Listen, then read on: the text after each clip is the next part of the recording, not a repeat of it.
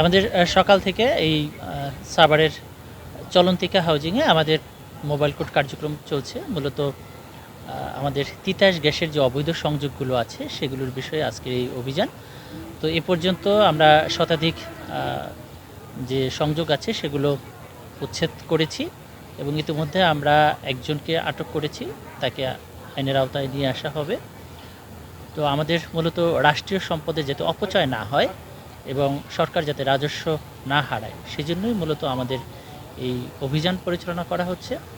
তো আগামীতেও সারা বাংলাদেশে আমাদের এই অভিযান কার্যক্রম অব্যাহত থাকবে। আমাদের যারাই অবৈধ সংযোগ নিচ্ছেন বা অবৈধ সংযোগ দিয়ে কাজ করছেন তাদেরকে আমরা তাৎক্ষণিকভাবে ধরতে পারলে মোবাইল কোর্টের মাধ্যমে সেটা অর্থদণ্ড হোক বা কারাদণ্ড হোক আমরা দণ্ড প্রদান করি।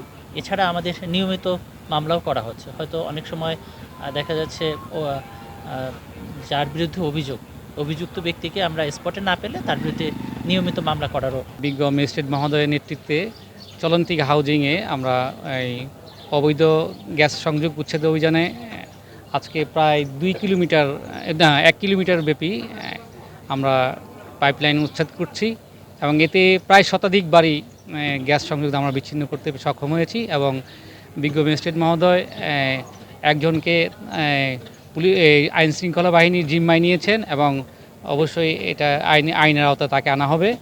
এই ধরনের একটা দৃষ্টান্তমূলক আইনের আওতায় আনা হলে আমার মনে হয় এটা রোধ হবে কিছুটা। 50 বছরের ওয়ারেন্টি আর বাহারি ডিজাইনের মোস্তফা ইউপিভিসি ডোর, কাটিয়ে দিন নিশ্চিন্তে 50 বছর। Mostafa UPVC door, excellence with durability.